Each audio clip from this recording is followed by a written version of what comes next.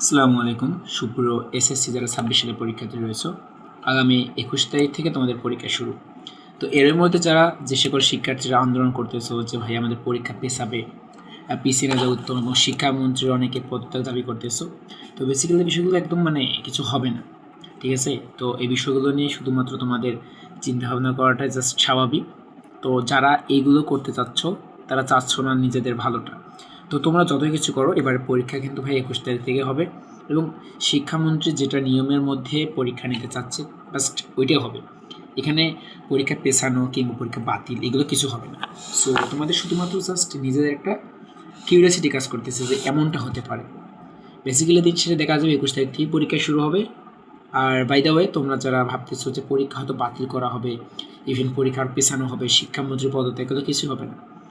তো তুমি প্রিপারেশনটা ভালো শক্তভাবে নাও, কারণ এবারে কিন্তু তোমাদের হলের মধ্যে একটু কড়া গার্ড দেবে। সো নিজের পড়াশোনা নিজের কাছে। ওকে।